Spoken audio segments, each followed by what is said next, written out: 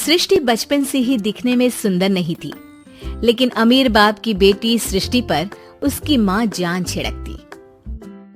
मेरी बेटी कितनी प्यारी है, भगवान सबको सृष्टि जैसी बेटी दे। सृष्टि धीरे धीरे बड़ी होती है। एक दिन सृष्टि की सहेली कहती है, तू दिखने में कितनी अजीब सी है, लेकिन मैं जानती हूँ हम सब में सबसे अच्छी शादी तो तेरी ही होगी। तेरे पापा अमीर जो हैं। और बता नहीं सकते यार, दहेज तो हर कोई देता है, ये क्या ज्यादा ले जाएगी अपने पति के लिए? अरे बड़े शहर में कोठी है इसके पापा की। अरे पापा की है ना, कौन सी इसकी है? इसकी होती तब तो कोई भी लड़का इससे शादी कर लेता। अरे पापा की मतलब पापा की है तो मेरी ही है ना? किसने कहा? अब तेरी तो तब होगी ना जब तेरा भाई ना हो। वैसे भी शादी के बाद सारी प्रॉपर्टी भाई के नाम होती है। सृष्टि समझ जाती है कि उसे किसी भी हालत में माँ बाप की सारी प्रॉपर्टी को अपने नाम करना है, लेकिन कैसे? एक दिन सृष्टि का भाई शीनू कहता है, बहन क्या कर रही है? तुझसे एक बात करनी है। अरे हाँ करना, मैं तो तेरी बहन हूँ। बहन मेरी लाइफ में ना एक लड़की है, बहुत अच्छी है। मैं सोच रहा हूँ माँ और पापा से बात करूँ शादी के लिए। सृष्टि को समझ में आ जाता है कि भाई की शादी होते ही भाभी उसे एक दिन भी घर में बर्दाश्त नहीं करेगी। क्या बात है भाई, बताना कौन है वो? यार वो बहुत अच्छी लड़की है, पढ़ी लिखी है, मेरे साथ जॉब भी करती है। बस एक प्रॉब्लम है। प्रॉब्लम? क्या प्रॉब्लम है भाई? यार वो शादीशुदा है, लेकिन उसके पति ने उसे सिर्फ इसलिए छोड़ दिया क्योंकि उसके माँ बाप दहेज नहीं दे पाए। सृष्टि ये सुनकर न जाने क्यों खुश हो जाती है। अरे भाई तो क्या हुआ, लड़की तुझे तो पसंद है ना?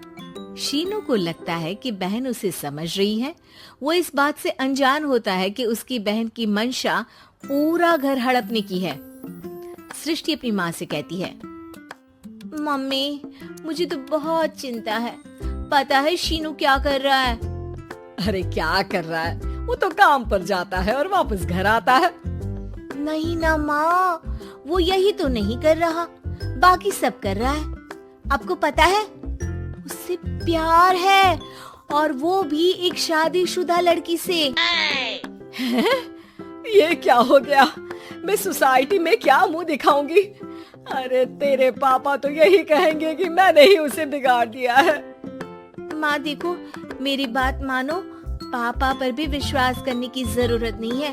अब आप ही बताओ, पापा इतनी देर घर के बाहर रहते हैं क्यों? बोलो। अरे बेटा वो तो नौकरी करते हैं ना। तू बहुत भोली है माँ। पापा का ऑफिस तो 7 बजे खत्म हो जाता है, लेकिन देखो कितनी देर से आते हैं। अरे नहीं बेटा, ऐसी कोई बात नहीं है। सृष्टि माँ को एक औरत से बात करते पिता की फोटो दिखाती है। देखो माँ कैसे हैं पापा, मैं ना कहती थी कि पापा सही नहीं है। मैं तेरे पापा से बात करूंगी, दे फोटो मुझे। ओ माँ, वो तो डिलीट हो गई। लेकिन चल, तूने तो देख लिया ना। पापा से बाद में बात कर लेना, और हाँ मेरा नाम बिल्कुल मत लेना। हाँ माँ। अब क्या था, सृष्टि के माँ और पिता के बीच झगड़ा होना शुरू हो जाता है। सृष्टि के मन में क्या चल रहा था कोई नहीं जानता था। एक दिन, माँ सृष्टि के लिए एक लड़का देखा है, वो लोग शाम को उसे देखने आने वाले हैं। और हाँ माँ, एक खुशखबरी, मैं और पापा मिलकर एक नया बिजनेस ट्राई कर रहे हैं। शाम को लड़का आता है, सांवले रंग का। सृष्टि को तो बिल्कुल भी पसंद नहीं आता। लड़की की माँ कहती है, लड़की का चेहरा तो कोई खास नहीं, लेकिन अगर मेरे बेटे को आप लोग सेटल कर दें तो मैं उसकी शादी आपकी बेटी से करवा दूं। सृष्टि को लड़का बिल्कुल पसंद नहीं था। उसे भाई पर गुस्सा आ जाता है। लड़के वालों के जाने के बाद कहती है, माँ देखा शीनू मेरे लिए कैसा लड़का लेकर आया, न दिखाने लायक न सुनने लायक, सेटल भी नहीं, वो भी हम करे। अरे माँ मैं जानती हूँ ये मेरी शादी किसी भी घर में क्यों करवाना चाहता है? अरे कैसी बात कर रही है बहन, तूने तो देखा ना, लड़के को मैंने ही मना कर दिया तुझसे शादी के लिए। जिसने लड़का बताया था उसने उसकी बहुत तारीफ की थी। बात आई गई हो जाती है, लेकिन सृष्टि का मन शांत नहीं होता। क्या करूं, कुछ समझ में नहीं आ रहा। मेरी शादी हो गई तो ये लोग पूरी प्रॉपर्टी शीनू के नाम कर देंगे। मेरे हाथ तो कुछ लगेगा ही नहीं। तभी सृष्टि को आइडिया आता है। वो किसी वकील को फोन करती है। जी देखिए, अगर आपके मम्मी पापा का तलाक हो जाता है तो आपके पिता की आधी प्रॉपर्टी आपकी माँ के नाम हो जाएगी, फिर उसे वो किसी को भी दे सकती है। सृष्टि अब माँ को बेटे के खिलाफ भरती है। माँ, शीनू पर नजर रखा करो। वो जिस लड़की के प्यार में है ना, वो शादीशुदा है। यहाँ आएगी, सारा पैसा, रुपया, जमीन, जायदाद सब हड़प लेगी। पापा का भी हाल तुमसे छुपा नहीं है। ऐसा ना हो कि मैं और आप एक दिन सड़क पर भीख मांगे।